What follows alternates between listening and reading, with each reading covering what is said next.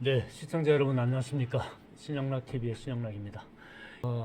2026년 7월 31일 금요일 오늘 하루도 외교, 경제, 입법 그리고 스포츠계까지 정말 충격적이고 굵직한 뉴스들이 한꺼번에 터져나왔습니다. 한 5가지 뉴스를 정리해서 여러분들께 보내드리고 또 깊이 있는 해설을 해드리겠습니다.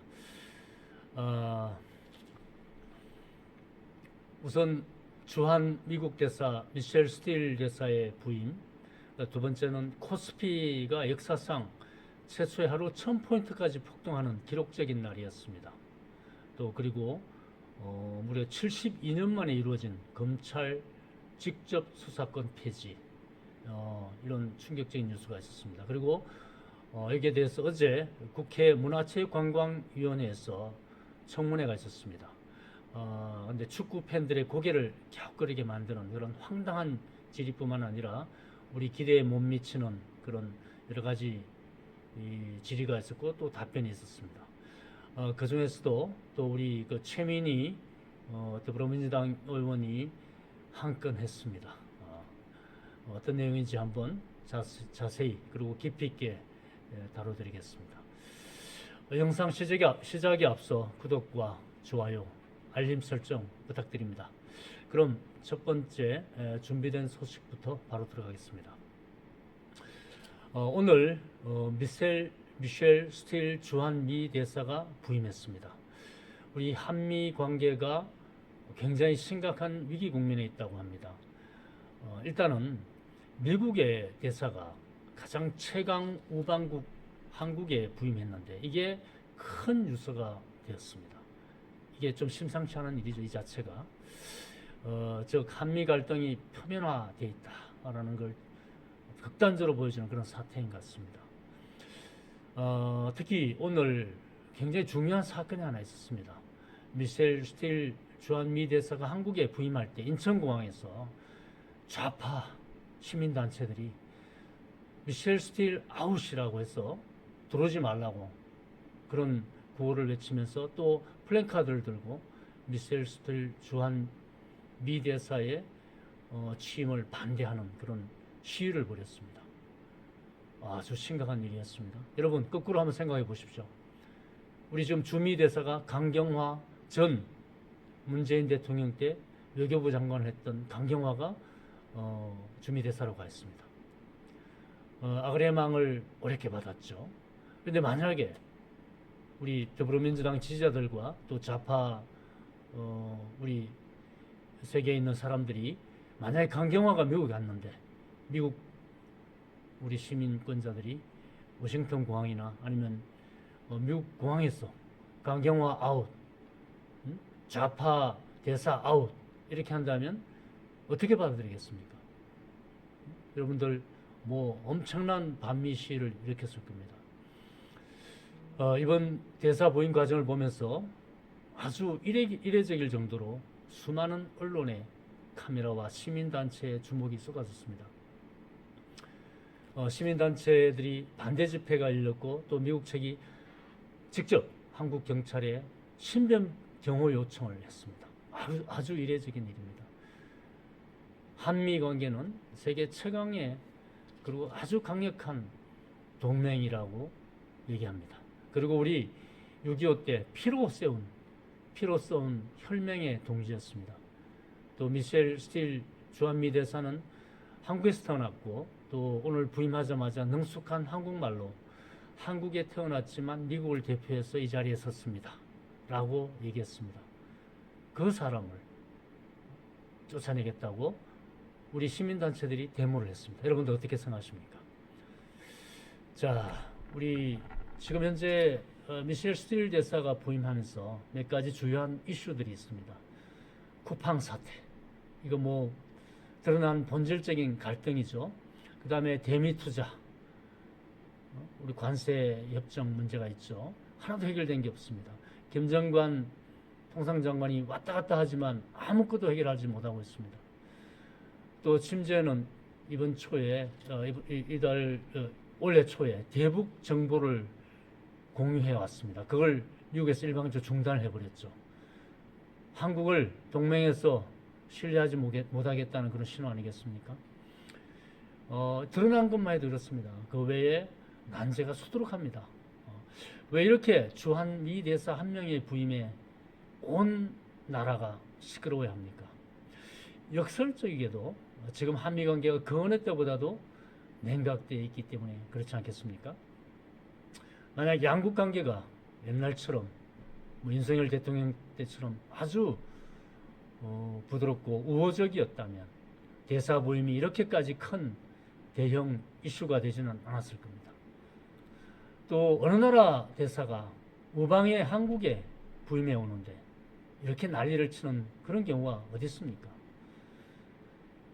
자, 또 그리고 현재 한미 양국은 우리 지난번 쿠팡 사태, 쿠팡 청문회가 있었죠. 그때 민주당 국회의원들이 심지어 우리 쿠팡 한국 대표가 청문회 앞에 섰는데 물론 한국말을 잘 못하는 미국인이었습니다. 말을 하니까 셧업이라고 얘기하고 또 통역을 못 쓰게 하고 우리 국회에서 제공한 통역만 쓰게 하고 그런 아주 횡포를 부렸습니다. 이런 것들이 고스란히 미 청문회에서 밤새 증거로 그리고 자막을 붙여가지고 다 보고가 됐습니다. 또 그 다음에 대미 투자 집행 상황이 원활치 않습니다. 이재명 대통령이 초반에 어렵게 워싱턴에 가가지고 트럼프 대통령을 만났습니다. 피스메이커라고 얘기할 그 시점에 엄청난 대미 투자를 약속해놓고 아무것도 약속을 이행을 못하고 있습니다. 또한 한국에서만 유별나게 정보통신망법 개정안 등 경제산업 분야에서 심각하게 미국하고 대립하고 있습니다. 중국의 SNS나 틱톡 또 이런 것들을 또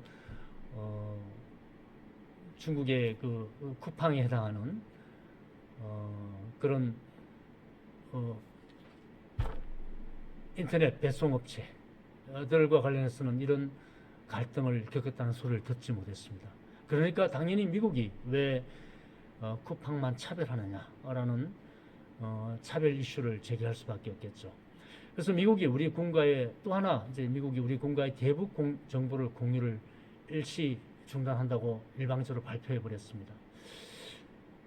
이런 일련의 사태가 있다 보니까 얼마 전에 청와대에서 NSC를 소집했는데 뜻밖에도 주미 대사인 강경화 대사가 급거 귀국해가지고 NSC에 참석해서 미 행정부의 격앙된 분위기를 전달하고 갔다는 그런 얘기가 있습니다. 양국의 갈등이 숨길 수 없을 정도로 정말 표면화되는 그런 일인 것 같습니다. 자, 게다가 미셸 스틸 대사는 이북 실향민 딸입니다. 북한과 중국 문제에 대해 일관되게 강경한 입장을 취해왔습니다. 이건 이때까지 한국 정부가 취해왔던 입장과 매우 같은 그런 일관된 결을 같이 하고 있죠. 그 미국의 입장과도 마찬가지입니다. 중국을 견제하고 또 북한의 핵무기를 견제하는 건 미국뿐만 아니라 이때까지 한국이 취해왔던 일관된 그런 대중 정책이었습니다. 그리고 이제 스틸 대사는 과거 하원 의원 시절 문재인 정부가 종전 선언을 할 때 이걸 아주 공개적으로 비판하고 반대하기도 했죠. 그래서 현재 우리 더불어민주당 이재명 정권에서는 이 미셸 스틸 대사가 자기들 노선과 결이 맞지 않다고 생각하는 것 같습니다. 그러다 보니까 미셸 스틸 대사를 거구라고 합니다. 여러분들 거구가 어떤 단체입니까? 거구는 나치와 같이 민족성을 드러내고 살인하고 폭력적이고 그런 사람들이 거구죠. 미셸 스틸 대사가 어떤 행적을 벌였길래 거구라고 얘기합니까? 우리는 미셸 스틸 대사가 반공을 얘기하고 반중을 얘기하는 미국 노선과 한국의 전통적인 가치관에 부합한다고 생각합니다. 그런 사람을 자기들 결에 맞지 않다고 우리 친중 노선에 동조하지 않는다고 해서 거구라고 한다. 자기들 결에 맞지 않으면 전부 거구라고 얘기하는 그런 민주당의 이중성을 갖고 있는 것 같습니다. 그래서 반대운동까지 벌이고 있습니다. 스틸 대사는 트럼프 대통령과 직접 소통하는 몇 안 되는 그런 실세 대사로 꼽힙니다. 특히 남편은 아주 유명한 공화당 의원이죠. 그 정부와 외교당국은 그를 배척할 것이 아니라 멀어진 한미 관계를 회복하고 동맹을 복원할 핵심 채널로 활용할 그런 지혜로 삼아야 될 것 같습니다. 과연 미국 공화당 내에서도 트럼프 대통령과 직접 소통할 수 있는 그런 인사가 몇이나 될까요? 보배를 껴안았다고 생각해야지 자기들 결과 맞지 않다고 거부라고 내치는 이런 사람들이 지금 외교, 그 다음에 대북 정책을 지휘하고 있습니다. 자, 두 번째 이슈를 한번 다뤄보겠습니다. 오늘 2026년 7월 30일에 한여름 더위가 막바지 기승을 부릴 때 코스피가 널뛰기를 하고 3일, 4일 연속 쭉쭉 매도 사이드카가 발동되더니 오늘은 코스피 사상 첫 1000포인트가 폭등을 했습니다. 이거 웃어야 될지 우려야 될지 정말 기가 막힌 일입니다. 개미들은 환호 대신에 적당한 선에서 팔고 나가자. 손절매하고 다 개미 탈출했다고 합니다. 자, 코스피가 17.9%가 폭등했습니다. 5천선 밑으로 빠졌다가 6,595로 마감을 했습니다. 삼성전자가 우리 뛸 수 있는 최대 폭이 30%죠, 하루. 근데 26%가 뛰었습니다. SK하이닉스는 30% 상한가를 기록했습니다. 한국 증시를 이끌고 있는 삼성과 SK하이닉스, 흔히 삼성전자 하이닉스, 삼전닉스라고 그러죠. 삼전닉스가 하루아침에 10% 20% 빠졌다가 26% 뛰고 또 상한가까지 치솟는 이런 롤러코스터를 우리가 정상이라고 해야 됩니까? 코스피가 뛰어서 이재명 정권이 실력 있다고 자랑하던 그 사람들 다 어디로 갔습니까? 지금 개미들 다 털리고 심지어 심각한 재정적 상황에 처해 있는 사람 많습니다. 특히 B2, 빚내서 투자한 개미들은 다 털렸다고 합니다. 자, 이거 정말 심각합니다. 연일 매도 사이드카, 또 오늘 같은 경우는 매수 사이드카, 이 서킷 브레이커가 발동된다는 것 자체가 금융시장이 너무나 불안하다는 걸 증명하는 것입니다. 그야말로 국장, 한국의 정신은 그야말로 미친 듯한 널뛰기 장세입니다. 자, 어제보다 무려 17.91% 올랐다. 그 얘기는 그만큼 많이 이때까지 빠졌다는 얘기죠. 그리고 하루 만에 1000포인트 폭등한 건 사상 처음 있는 일이라고 합니다. 대한민국 정시 개장 이래 사상 최대 상승폭이라고 합니다. 여러분들 이거 웃어야 될 일입니까? 이때까지 얼마나 많이 빠졌습니까? 개미들 엄청난 눈물을 자아냈습니다. 부동산 투기하지 말고 정시에 주식에 투자하라고 누가 그랬습니까? 이재명 정권이 그랬습니다. 여기 아무도 사과하고 반성하는 사람 없습니다. 롤러코스터 장세에 개인은 하루에 10조 5천억을 팔아치웠습니다. 오르는데 왜 팔았습니까? 시장을 믿지 못한다는 거죠. 얼른 팔고 도망가야지. 그래서 이제는 더 이상 국장엔 안 한다. 미국 주식이나 부동산으로 갈아탄다. 왜냐하면 하루가 멀다 하라고 지금 아파트 값이 올라갑니다. 소형 평수가 10억, 20억 찍은 건 옛말입니다. 이제 젊은 애들 집 사기 털렸습니다. 이런 나라에서 계속 청년들이 희망을 잃어가고 있습니다. 그럼에도 불구하고 우리 언론은 이런 걸 다루지 않습니다. 계속 이재명 용비어 청가를 부르고 있습니다. 이게 나라의 세금을 받고 있는, 또 세금을 투입하는 공영방송, 특히 KBS, MBC, 연합뉴스, YTN 할 짓입니까 이거? 우리 언론인들 양심에 손을 얹고 미래 세대들에게 반성하는 자세로 제대로 잘 쓰라는 거 아닙니다. 있는 그대로 보도해달라는 겁니다. 이거 정말 하루에 10조 5천억 팔아치웠다. 그리고 사상 한국 정시가 생긴 이래로 가장 큰 17.91% 코스피가 뛰어올랐다. 이거 역사가 기록할 일입니다. 자, 또 하나 큰 뉴스가 오늘 7월 마지막에 터졌습니다. 그동안 논란이 많던 검사 직접 수사권, 윤석열 대통령이 검찰총장 시절에 옷을 벗으면서 대통령이 되기 직전 마지막 내뱉었던 말, 검수완박, 즉 검찰 수사권 완전 박탈. 그때는 경계하는 뜻에서 사자성어를 만들었으리라 저는 생각합니다. 당시 윤석열 검찰총장이 자기 검찰총장을 내려놓는다는 각오로 검찰 수사권만은 정말 완전히 박탈하지 말라라는 경계의 말로 사자성어를 만들었다고 생각합니다. 이것이 현실이 될 줄은, 윤 대통령도 지금 감옥에서 정말 이게 현실이 될 줄은 본인도 생각 못했을 겁니다. 그리고 민주당 지금 집권층에 있는 입법 독재하는 민주당 의원들조차도 이건 아마 생각하지 못했을 겁니다. 엄청난 일들이 벌어지고 있습니다. 그 일이 대한민국에서 벌어졌습니다. 여러분, 이거 다이나믹 코리아가 아니라 정말 절망적인 코리아입니다. 자, 살펴보겠습니다. 자, 검찰 우리나라의 형법이 1954년 6.25가 53년에 끝났습니다. 그 이듬해 나라 체제를 제대로 정비하면서 형사소송법을 제정했습니다. 그리고 72년 만에 가장 거대한 변화를 맞이했습니다. 코스피가 우리나라 정시가 개장한 이래로 가장 많이 뛴 것처럼 오늘 검찰 수사권이 완전히 박탈되는 그런 초유의 날로 기록되는 2026년 7월 31일입니다. 핵심은 수사와 기소의 완전한 분리, 다시 얘기하면 검찰 수사권을 완전히 뺏는 것입니다. 그럼 수사는 누가 하느냐? 경찰만 합니다. 검사는 뭐 하느냐? 우리 당협위원장으로 있는 대전의 박경호 검사 출신입니다. 이분은 검사는 경찰이 수사해준 그 수사 서류를 법원에 전달하는 우편 배달부 역할만 한다.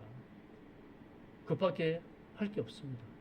이런만 사법고시를 거쳐서 정말 영민하고 똑똑한 검사들이 할 수 있는 것은 경찰들이 갖다 주는 서류를 법원에 전달하는 일밖에 못합니다. 자, 거기다가 검찰 수사권만 뺐으면 다행입니다. 그런데 민주당 강경파와 또 이재명 세력 간에 일부 거래가 있었습니다. 경찰 수사권 완전 폐지는 정청래 라인에서 강경파들이 주장했죠. 왜냐하면 검찰 수사권을 남겨두는 대가로 이재명 제주기, 즉 이재명에 대해서 공소가 제기된 그런 것들을 공소 기각해달라라는 거래가 검찰 측과 있다는 얘기가 수시로 보도되고 있었습니다. 자, 정청래 라인에서는 노무현 대통령을 언급하면서 억울하게 죽어간 노무현의 그런 검사들의 행태를 고발한다.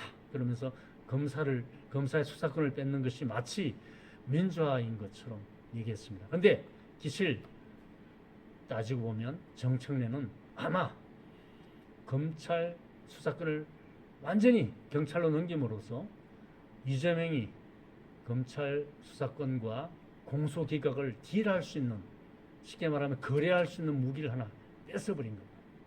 이렇게 해석하는 사람이 많습니다. 그래서 우리는 검찰 수사권 완전 분리에 대해서 이 법안이 순수하게 그것만 통과한 것이 아니라 설거머니 대통령의 공소를 기각할 수 있는 그런 내용이 추가가 됐습니다. 기가 막힐 일입니다. 즉 여당이 이번 개정안에 법원의 공소 기각 사유를 신설해서 추가했습니다.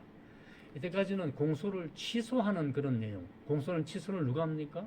공소를 제기했던 사람, 즉 검찰에서 공소를 취소하겠습니다. 그런데 검사들이 말을 잘 안 들을 것 같으니까 내란 그러면서 보니까 이 판사들이 더 다루기가 쉽거든요.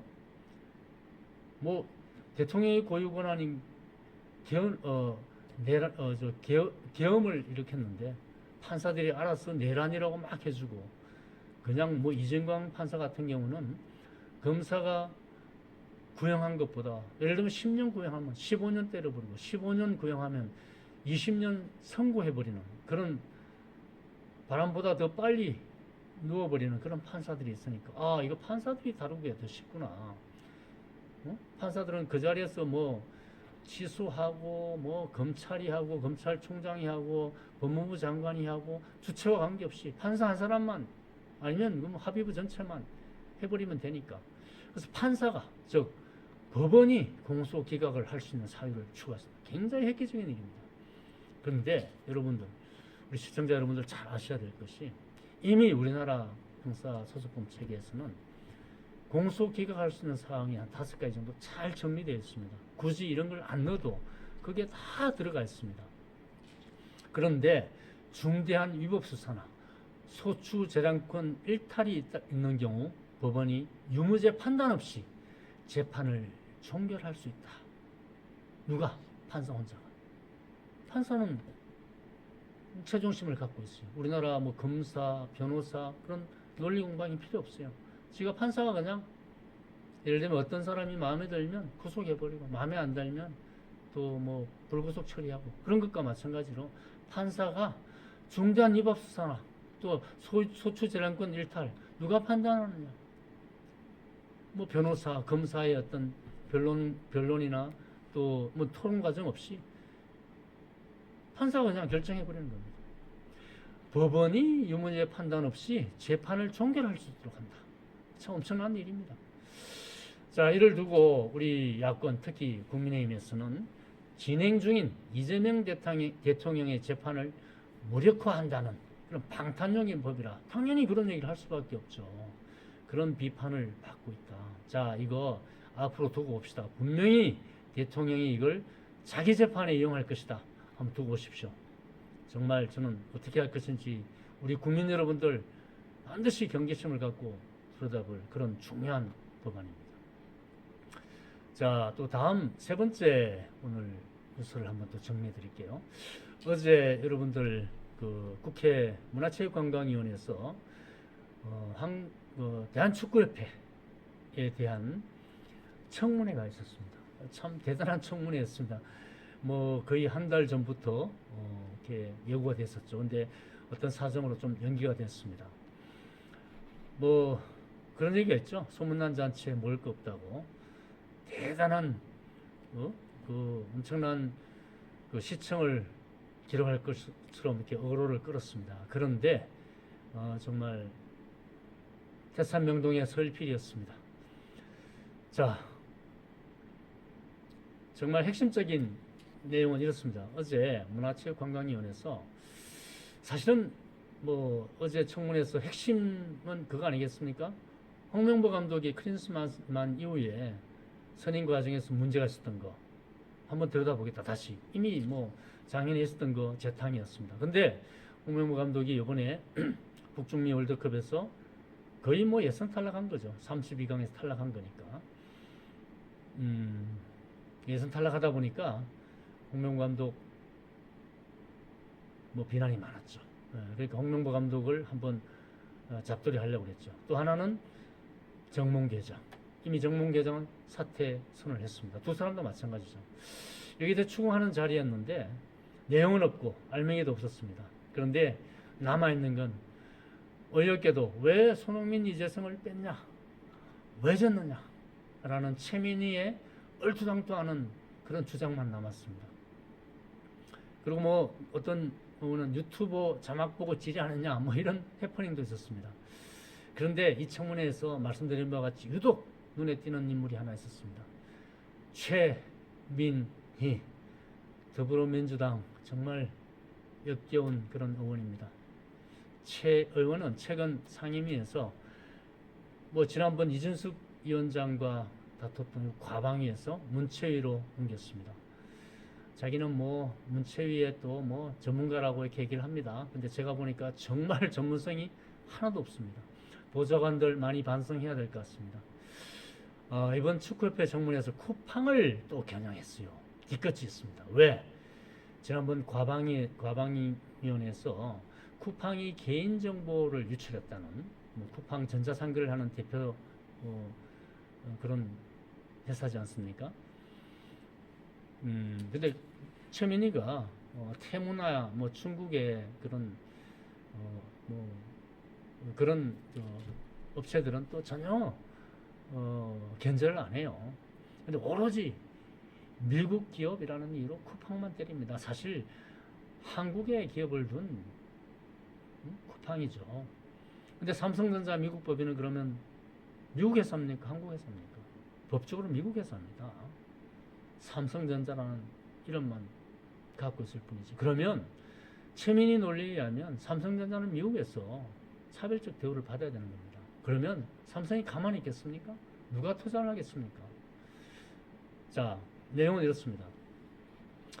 지난번 작년에 우리 과방위에서 최민희가 위원장을 했었죠. 우리 저 김범석 한국 대표가 미국 시민권자인 한국 대표가 있는 쿠팡을 겨냥해서 맹공을 퍼부었습니다. 그때 최민희 의원이 쿠팡에 대한 뒤끝이 장렬했습니다. 근데 최근에 이제 아까 미셸 스틸 대사 얘기했습니다만은 쿠팡에 뭐 차별적 대우를 하고 또 여러 가지 좀 청문회에서 못 살게 굴게 했던 몇몇 사람을 찍어서 미국 영사관에서 그 사람들 미국 비자를 제한하겠다는 발표를 했습니다. 이거 최민희 의원 또 민주당 의원들 간과해서 들을 일이 아닙니다. 미국이 서서히 미국은 상당한 정보를 갖고 있습니다. 다만 외교적 관계 때문에 신중하게 얘기하고 있을 뿐이죠. 왜? 지금 대미 투자를 유도해내기 위해 그렇습니다. 이재명이 아무런 얘기도 안 하고 약속을 지키지 않고 있기 때문에 지켜보고 있는 것입니다. 나중에 쿠팡과 연결돼서 뭐 드러난 문제는 쿠팡입니다만은 이런 대미 투자 문제 또 이재명의 친중 또 친북 정책과 관련해 가지고 미국 그 외교부나 또 정보 당국에서는 면밀하게 저는 분석하고 있다고 봅니다. 자, 최민희 의원이 쿠팡을 작년에 타격했을 때 몇 가지 발언이 있었죠. 과방위원장 시절입니다. 뭐 이런 얘기입니다. 3천만 원 유출 책임져라. 김범석 의장을 위정 고발하고 또 뭐 노동자들 물론 쿠팡 노동자들 돌아가신 부분에 대해서 유족에 대해서 위로를 표하고 아주 뭐 있을 수 있는 일입니다. 그런데 왜 쿠팡 노동자만 그렇게 합니까? 얼마 전에 뭐 돌아가신 해군 그 장병에 대해서는 왜 그렇게 하지 않습니까? 너무 선택적으로 죽음을 정치에 이용하는 우리 민주당 의원들 보면 정말 우리 국민들이 이해를 못할 부분이 많습니다. 그 쿠팡이 이번에 축구협회 청문회와 어떻게 연결되느냐? 쿠팡이 축구협회 스폰서로 등록이 되었습니다. 근데 이제 예치금을 내야 되는데 그 예치금에 대해 특혜 의혹이 있다. 다른 뭐 스폰서에서 예를 들면 현대자동차라든가 뭐 이런 회사에서는 스폰서를 예치금을 냈는데 왜 쿠팡에서 내지 않았느냐?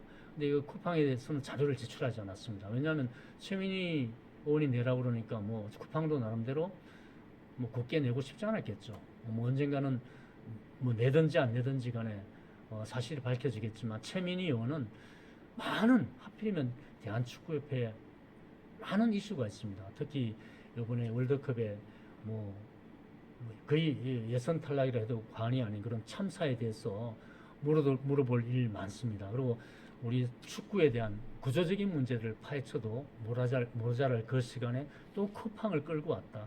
정말 최민희다운 발상이었습니다. 여러분들 어떻게 생각하십니까?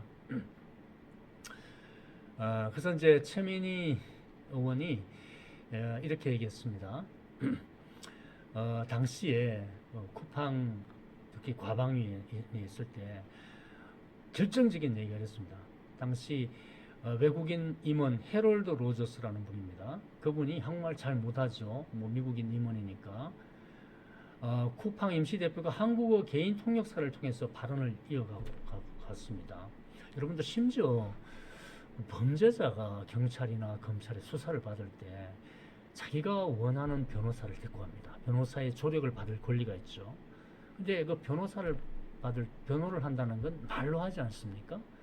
말이 자기를 보호할 수 있는 갑옷이고 또 마지막 저항이고 또 마지막 수단입니다. 그 인권의 최후 보루죠. 근데 자기가 자기 말을 가장 잘 대신할 수 있다고 생각한 통역사를 자기 돈을 들여가지고 데리고 갔는데 통역사를 너 통역 그만해. 그리고 의회에서 제공하는 동시 통역사, 공식 통역사를 써라. 이렇게 일방적으로 명령을 해버렸습니다. 말을 뺏는 거죠. 근데 이 헤럴드 로저스 쿠팡 대표는 불안해할 거 아닙니까?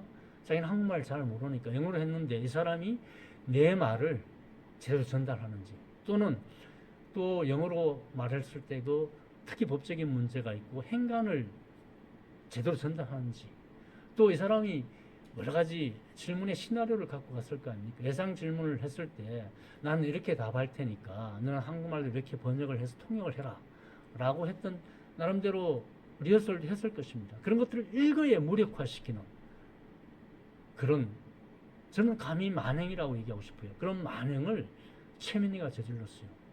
만약에 우리나라 기업 삼성전자나 아니면 SK하이닉스나 아니면 하나 이런 기업들이 미국에서 비슷한 일이 생겼습니다. 뭐 개인정보가 되든 아니면 뭐 기술 유출이든 어떤 문제로 미국 청문회에 섰습니다. 이재용 회장이 본인이 원하는 통역사를 데리고 갔는데 영어 통역사겠죠. 너 이재용 우리가 미국 의회에서 제공하는 그런 통역사만 써. 너 통역하지 마. 여러분들 대한민국 국민으로서 삼성전자 직원 또는 임직원이 아니라 대한민국 국민으로서 어떻게 생각하시겠습니까? 엄청난 반미 감정이 일어날 거 아닙니까? 이것이 미국 사람들 입장에서 어떻게 비쳤겠습니까? 이것이 미국 하원 청문회에서 그대로 그 영상 자료가 보여졌답니다. 그리고 한국말로 한 것들은 영어 자막으로 다 더빙이 돼서 나왔습니다. 심지어 이 사람한테 민주당 의원이 민주당 단독 청문회로 저는 기억합니다. 셔도 쉽게 말하면 입 닥쳐 이런 말을 했습니다. 저는 그 청문회를 생방으로 지켜봤습니다. 굉장히 충격이었습니다. 제가 과거 군대 생활을 카투사로 한 경험이 있습니다. 이거는 영어를 떠나서 문화를 떠나서 할 수 없는 말입니다. 폭언과 폭행입니다. 그리고 한마디 사과도 하지 않았습니다. 우리 의원들은 굉장히 충격을 받았을 것입니다. 미국 청문회는 영어로 히어링 세션이라고 그러죠. 히어링 세션. 그야말로 듣는 겁니다. 우리 정인이 나와서 얘기하면 주제와 벗어나지 않는 한 끝까지 들어줍니다. 굉장히 인내성 있게 들어줍니다. 여러분들 CNN이나 미국의 방송 가끔 틀어다보면 청문회를 생중계하는 경우가 있습니다. 한번 들어보십시오. 엄청 인내심 있게 정인을 대우해주고 또 듣습니다. 자, 그러면서 최민희가 당시 통역사한테 아니면 헤럴드 로저스한테 이렇게 얘기했습니다. 중단하시고요. 개인 통역 말고 국회가 제공하는 동시 통역기를 차고 진행하십시오. 그러니까 로저스 대표가 이렇게 얘기합니다. 제 통역사를 왜 못 쓰게 하느냐. 정상적이지 않다. It's unusual 이렇게 얘기했습니다. 그리고 반발하니까 뭐 하는 겁니까? 조용히 하세요. 그 이의제기 적절하지 않고 받아들이지 않겠습니다. 이렇게 얘기했습니다. 이거 그대로 번역해서 미 하원 청문회에서 보고됐습니다. 최민희 아마 섬뜩했을 겁니다. 자, 그런 사태가 있고 나서 쿠팡에 뒤끝이 있었겠죠. 그러니까 어제 대한축구협회 쿠팡 왜 너 자료 제출 안 했어? 그리고 예치금 안 냈어. 쿠팡을 좀 때렸습니다. 또 최민희 의원 이렇게 물었습니다. 우리 이제 김진규 그 코치를 이렇게 세우더니 그 영상에 보면 축구협회 청문회에서 손흥민, 이재성 왜 뺐어요? 라고 코치에게 따졌습니다. 그리고 왜 졸전을 벌였나 따졌습니다. 그러니까 이제 이 김진규 선수가 얘기하려고 그러면 막아버리고 얘기하려고 그러면 막아버리고 그러고 나서 아이고 뭐 이렇게 생각할 수 있습니다만 우리는 그렇게 판단하지 않습니다 라는 투로 얘기를 했습니다. 그랬더니 최민희 의원이 그럼 왜 졌어요? 왜 졌어요? 이렇게 얘기합니다. 여러분 스포츠에서 누가 지고 싶어지겠습니까? 저도 홍명보 감독의 전술 정말 비난하고 싶은 부분이 많습니다. 특히 홍 감독이 져서 욕하는 게 아닙니다. 졌을 때, 지고 있을 때 우리 축구인이라면 누구든지 해야 될 아주 기초적인, 예를 들면 공격지향적인 그런 플레이, 또 수비수들도 올리고 미드필더를 공격적인 선수로 배치하고 뭐 2골 먹거나 3골 먹거나 치는 게 마찬가지라면 아주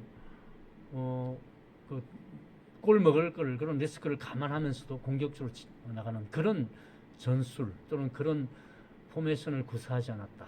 물론 홍명보 감독은 경기장 내에서 그런 전술의 변화는 있었다고 그러는데 아무런 변화가 없었습니다. 선수의 움직임이나 전체 게임 전체의 변화는 없었습니다. 심지어 해설자조차도 그렇게 얘기하고 보는 시청자, 뭐 저도 제 눈에도 그렇게 보이지 않았습니다. 그렇지만은 그 당시에 우리가 분노하고 그런 지점이 있다 하더라도 감독 코치가 지고 싶어졌겠습니까? 근데 그게 왜 졌습니까? 왜 졌습니까? 라는 정말 그런 말들은 질문도 아니고 대답할 수 있는 그런 말도 아닙니다.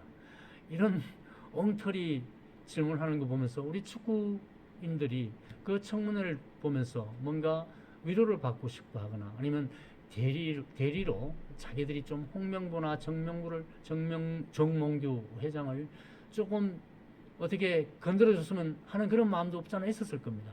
그런데 거꾸로 최민희에 대한 어떤 적개심이 더 아마 올라오지 않았으리라 이렇게 생각합니다. 왜냐하면 사람은 시간이라는 요소가 개입되다 보면 정말 그때는 아쉽고 또 홍 감독이 밉고 정말 홍 감독 한국에 들어오지 마라 뭐 그런 팻말에 공감하고 그런 생각이 들었겠지만 시간이 지나고 나면 참 어쩌겠겠나 또 뭐 이런 여러 가지 요소들을 아마 고려하고 용서하는 게 한국 사람 정서입니다. 그렇다고 용서해 주자는 뜻은 아닙니다.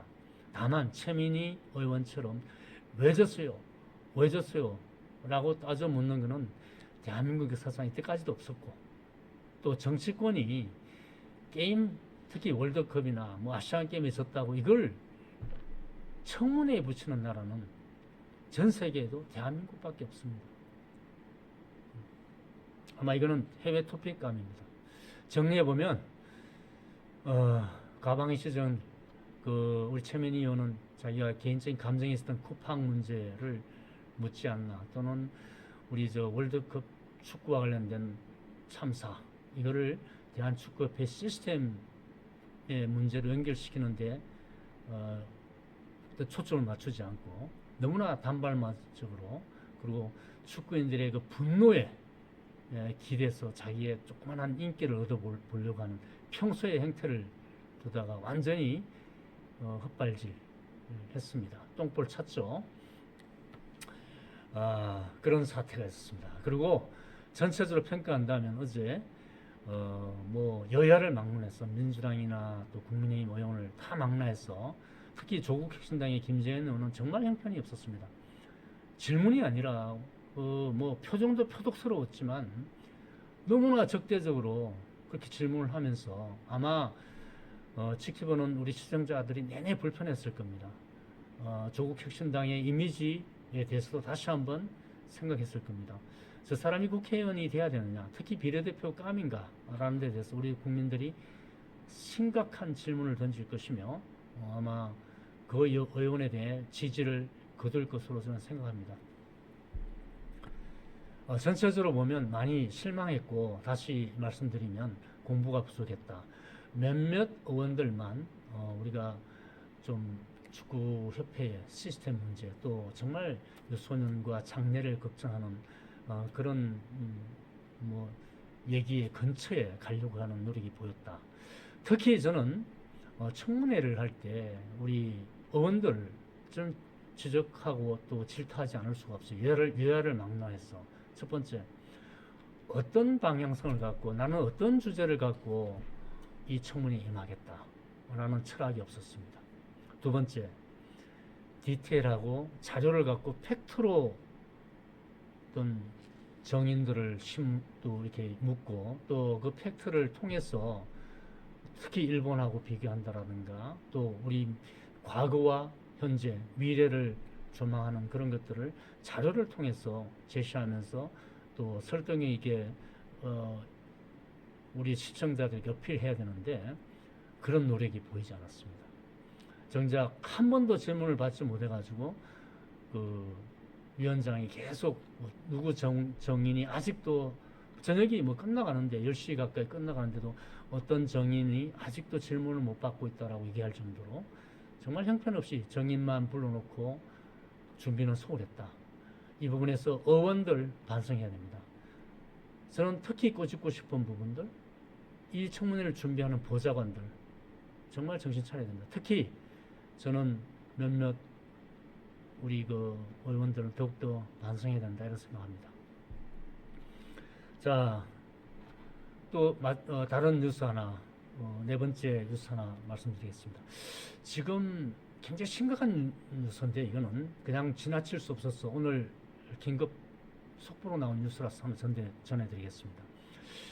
미국 유학생이 취업 학생 비자였죠. 학생 비자에서 취업 비자를 받으려면 F1B 비자라고 합니다. 그걸 받으려면 이제 트럼프 정부에서는 10만 달러 수수료를 내야 된다고 합니다. 10만 달러.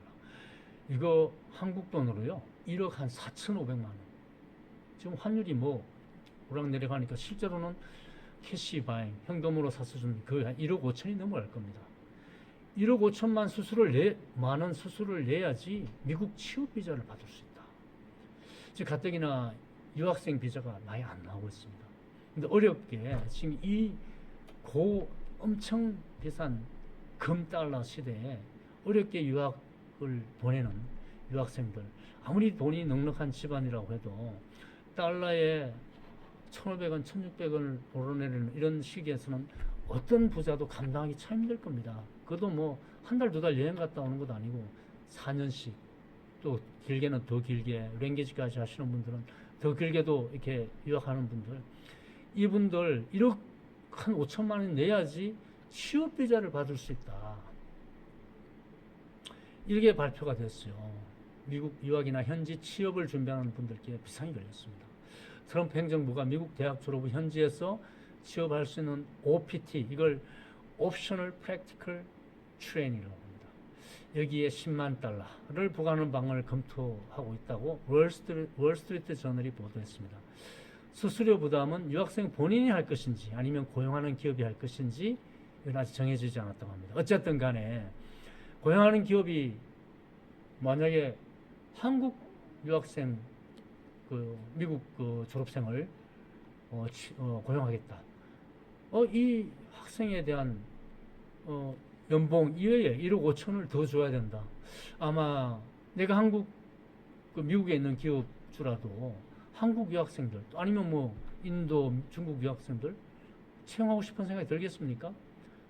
결국은 미국 유학을 했지만 미국에서 돈만 내고 졸업장만 따고 니네들 나라 돌아가라.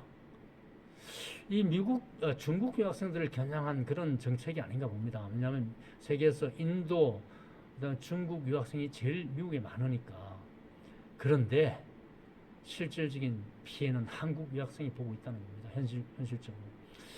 그래서 실리콘밸리에 진출하려는 한국 유학생들, 특히 IT 전문가들, 이 부분에서 엄청난 장벽이 될 것으로 보입니다. 현재 한국 이공계에서 특히 뭐 그나마 좀 취업이 잘 된다는 이공계 우리 졸업생들, 이 뉴스가 저는 참 걱정이 돼서 이 뉴스를 가져와 봤습니다. 또 하나 이제 지금 그 AI 시대, 그리고 뭐 호남 우리 메가 프로젝트, 특히 삼성, 하이닉스, 호남에 특히 광주 이런 데 엄청나게 투자하겠다고 조 단위를 얘기하고 있지 않습니까? 수십조 얘기하고. 근데 AI는 전력을 먹는 산업입니다. 근데 현재 전남에 가장 많은 게 문재인 때가 뭐였죠? 원전은 영광에 그건 뭐 택도 없습니다. 태양광입니다. 주로 태양광. 여러분들 태양광은 특히 겨울에는 거의 해가 짧기 때문에 태양광이 상시 전력이 될 수 없습니다. 자, 문제는 메가 프로젝트, 그냥 우리 그 햇볕 드러나는 것만 자랑하고 싶은 것만 엄청 얘기를 합니다. 자, 그러면 전력 어떻게 할 거냐? 아무런 얘기를 안 합니다. 필연적으로 지금 미국이나 인도, 특히 유럽에서는, 특히 독일이 뭐 우리 독일이 환경론자들이 엄청 강하지 않습니까? 예. 근데 독일마저도 이제 AI 시대에 돌입하니까 원전을 새로 지어야 되겠다. 유럽이 다 원전을 재가동하려고 합니다. 그래서 지금 한국 원자력이 지금 계속 수출을 하고 있는 그런 상황이잖아요. 뭐 계속 캐나다도 원전 지금 집어넣으려고 그러고. 어쨌든 폐쇄된 원전을 다 되살리고, 또 미국 빅테크 업체들은 원전이 가까이 있는 곳에 AI 데이터 센터를 지으려고 합니다. 중국은 뭐 태양광이 엄청나게 늘었었죠. 공산당이 어떤 뭐 주요 사업으로 가져갔습니다. 그런데 이제는 석탄 발전소와 원전을 대폭 늘려야 되겠다. 그래서 대대적으로 짓고 있습니다. 이거 중국이 땅이 넓어서 그런 게 아닙니다. 전력망이 곧 AI다. 전력망이 곧 미래 산업이다. 그 전력에 무한 전력을 공급할 수 있는 건 뭐 계속 지금 화력 발전소 돌릴 수 있습니까? 우리나라 뭐 석탄이 그렇게 많습니까? 원전밖에 없습니다. 뭐 러시아처럼 가스가 무한대로 나옵니까? 원전밖에 없습니다. 그런데 전남, 이전에 뭐 그런 일이 있었죠. 부안에 원전 지으려고 하니까 부안 주민들이 난리 쳤지 않습니까? 그 원전이 어디로 갔습니까? 울진으로 가고 영덕으로 가고 있지 않습니까? 고리로 가고 그 다음에 경주로 가고. 정작 영남권의 원전이 다 정말 님비라고 그러죠. 그런 핵산업은 다 영남권에서 원전 산업을 하고 있는데, 메가 프로젝트라고 해서 호남에 다 줘버리면 이게 국가 균형 발전입니까? 그리고 영남에 예를 들면 영덕이나 울진이나 경주에 있는, 아니면 고리에 있는 그 에너지를, 전력을 걸로 옮기려면 송전선로가 얼마나 또 길어야 됩니까? 또 전기 누수는 얼마나 많습니까? 이런 데 대해서는 아무런 반성도 없습니다. 그리고 이건 마치 기름 없이 전기 없이 자동차 올리겠다는 거 똑같죠. 그냥 공기로 굴러가겠다. 그런 자동차가 어디 있습니까? 이런 핫바지 정책을 쓰고 있다. 지금 이재명 정부가. 여러분들, 제 말이 틀렸습니까? 자, 이런 심각한 뉴스 제가 또 한번 정리해봤고요. 자, 오늘 뭐 한 5가지 정도 중요한 뉴스를 한번 다뤄봤습니다. 제가 좀 더 심각한 오늘 중요한 법안이 또 이거 말고 선관위 특검이 하나 통과됐죠. 이거는 별도로 중요한 이슈가 있기 때문에 별도의 꼭지로 다루겠습니다. 여러분, 오늘 준비한 소식은 여기까지입니다. 트럼프 2기 출범에 따른 외교 유학 시장의 또 유학 시장의 격변, 또 주가가 1000포인트를 오르락 내려가는 사상 유례 없는 한국 정시가 개장된 이후 처음 있는 그런 역사적인 날. 뭐 좋은 일이 아니죠.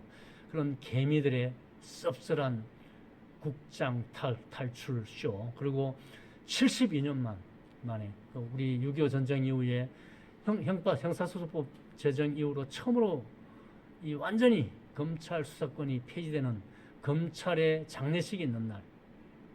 그리고 어제 있었던 쿠팡의 뒤끝이 있었던 또 우리 대한축구협회 청문회 쇼, 이런 것까지 한번 다뤄봤습니다. 정말 다이나믹 코리아입니다. 이거 좋은 뜻이 아니죠. 이재명 정부, 널뛰기 정부입니다. 여러분들 정말 아마추어 정부, 이거 큰일 났습니다. 자, 우리 여러분들 오늘 제 영상을 보시고 여러분들의 소중한 의견 댓글로 남겨주시기 바랍니다. 영상이 유익하셨다면 구독과 좋아요, 그리고 알림 설정 잊지 마시고 다음 시간에 또 다른 영상에 더 깊이 있는 해설과 알찬 뉴스로 만나겠습니다. 시청자 여러분, 감사합니다. 기네. 좀 길게 했다.